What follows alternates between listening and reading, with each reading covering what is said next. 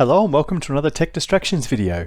In this one we're going to take a look at a bottom of the barrel graphics card from nVidia from around the year 2000. It's the nVidia Vanta LT, a cut down version of the original Vanta, which in itself was a cut down version of the Model 64. We'll explore why it existed, who it was for, and check out whether it has any redeeming features for a retro gaming card. For something a little different, I'll be using two testing rigs for this project. Originally I planned on making two separate videos, but decided to merge them together and focus on the video card itself. nVidia originally announced the Vanta LT discrete graphics chip and the Aladdin TNT2 integrated graphics chip for Intel Socket 370 and Slot 1 at the same time, around the March of year 2000. The Vanta LT was built on the same NV6 graphics architecture as the Vanta and the M64 before it. The NV6 was a cut-down version of the second generation 128-bit twin texel or TNT2 core, which is referred to as NV5. One of the major pieces cut down with the NV6 was a limited 64-bit memory bus. At the time, nVidia had a big focus on getting the new 3D-capable value PCs into the market at under $1,000. The $999 beige box was an important market at the time, with many people getting broadband or basic internet at home and wanting to play games as well as multimedia. Resellers would include printers and other accessories along with rebates, at least in the US, to get bundles to a compelling price point. A year prior, nVidia had released the original Vanta and TN2 Model 64 as a two-pronged attack on mainstream and value PC gaming. These were aiming to replace the older Riva TNT and ZX products. The original Vanta was sold to OEMs or system builders, but I wouldn't be surprised if some of the 8 and 16 megabyte versions of those cards found their way into retails, badged as 16 megabyte TNT2s or M64s. Here's one that found its way to be a gaming-focused card, a somewhat interesting follow-up to the Voodoo Banshee-based card that I have, which was the original Maxi Gamer Phoenix. The M64 was sold in retail, usually as a 32 megabyte card. The M64 had a higher core and memory clock, and typically shipped with more memory than the otherwise similar Vanta. The LT might have stood for light, and nVidia referred to it as a graphics processor for small and medium businesses, and targeted its use case to video, business applications such as data-intensive visualizations, and DVD playback.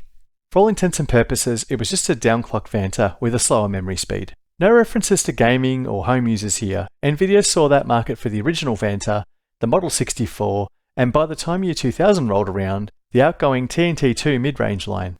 nVidia were pretty happy with the entire stack now being OpenGL and Direct3D capable, and having top-end cards supporting hardware-based transformer lighting, setting a new high-performance standard for the graphics. Anyway, time to see what this little card can do. For testing today, I'm using Windows 98 and two test builds.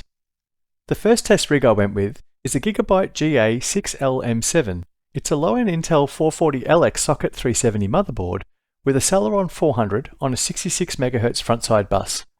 We've seen this one on the channel before, and I ran an older Intel 740 graphics card on that project.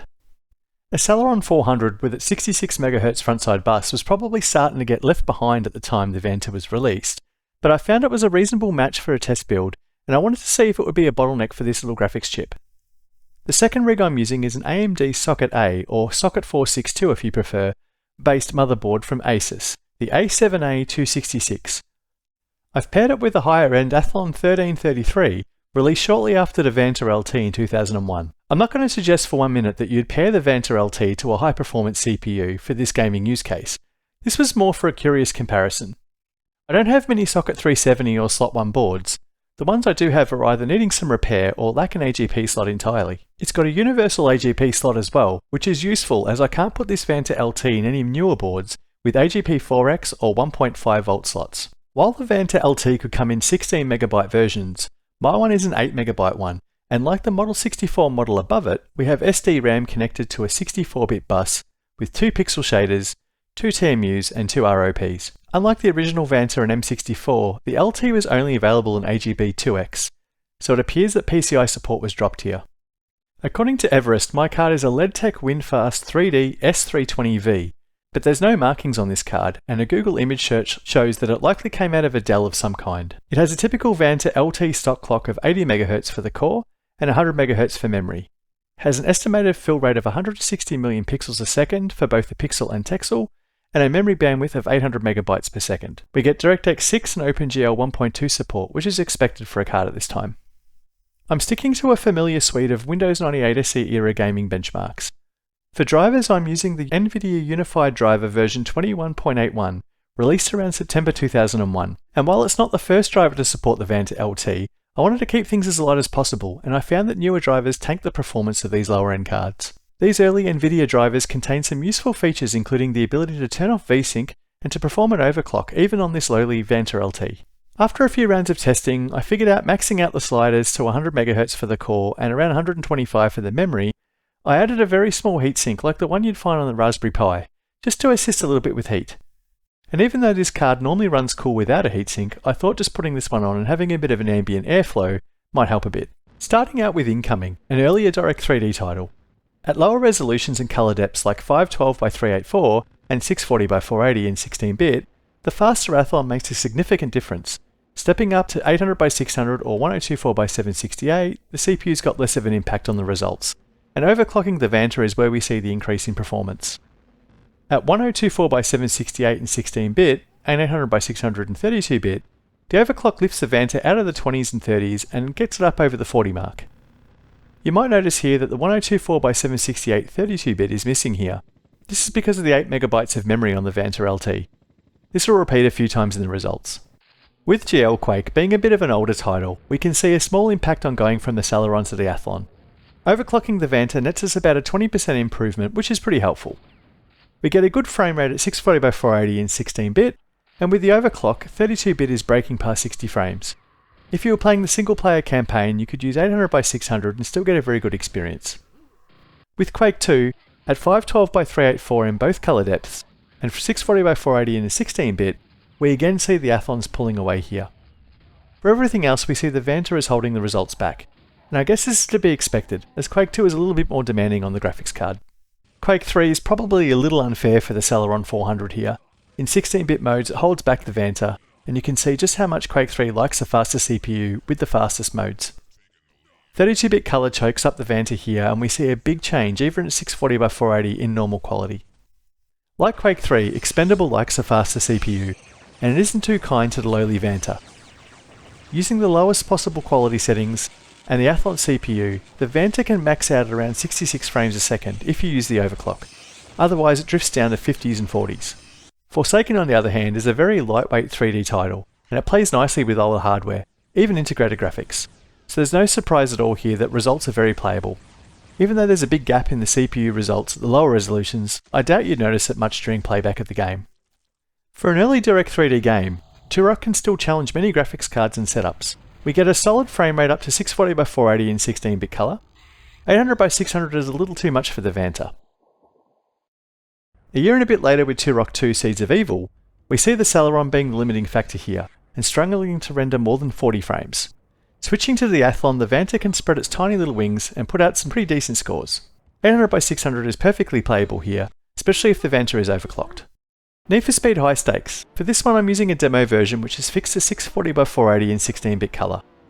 While you don't need a high frame rate for an enjoyable experience, it appears the Celeron 400 is just not powerful enough to keep a consistent rate. In the full version there's probably more settings to tweak to get a higher frame rate, but in the demo we're a bit limited. Next up is Moto Racer, an older game from 1997 supporting Direct3D version 3. Moto Racer runs really well even on the Celeron. And yes, we get more frames in the Athlon, but it really doesn't matter for this one. And we end with one of the earliest titles for Direct3D, Monster Truck Madness. This is from Terminal Reality, and it was a pack-in demo with later releases of Windows 95. It was a bit of an early showcase for Direct3D hardware acceleration. Here we are using the maximum settings possible at 640x480, and while the Celeron 400 and stock Vanta hover around the 50 frames mark, this is perfectly fine for this slower pace game. So with this project I've come to the conclusion that the Celeron 400 and the Vanta LT can make a decent combo, as long as you don't intend on playing the more intense first-person shooters that wanted to use faster CPUs. And this kind of makes sense. This particular chip was already outdated by the late 2000s, and a higher clock Celeron found on a better chipset would have provided a better outcome all around. I'd like to add a faster Celeron and newer Socket 370 board to my inventory for future tests, but I would like to farm on with a Universal AGP slot to help me with these older cards. But focusing here for a minute on the Vanta LT, for such a hobbled, compromised card with such a bad reputation, it actually puts up a pretty good fight here, especially at lower resolutions and with the 16-bit colour depths. Given it was usually bundled with an OEM build, and the 8MB version here had an estimated street cost of around 70 to 80 Australian dollars at the end of year 2000, I think you could have done a lot worse. At least over here, the original Vanta was around $100 to $110, and the Model 64 was nudging $150 in retail channels. I reckon the LT was a decent deal for what it was at the time. But am I recommending you go out and find a Vanta LT to proudly adorn your main retro gaming rig? No, not at all. The retro community has access to significantly better choices, including the GeForce 2 MX series for example. These are usually found cheap and in very good supply. They'll give you a great experience for games of this era. However, if you've got one of these Vantas, or even the lower end LT one like this one sitting around collecting dust, I reckon it can match up with a Duron or a faster clock Celeron and give you a decent experience provided you work within the limitations. Okay, well that's about it for this one. I hope you've enjoyed taking a look at a card that doesn't usually get a lot of coverage on YouTube and in the retro circles. I had a completely different view on this card before starting out this project, and maybe now you do too after watching this one. I plan on doing a few follow-ups from cards around this time. For me it was an interesting era of graphics cards and advancements in the industry. Stay tuned to the channel and hopefully I'll catch you again in the next one. Take care and bye for now.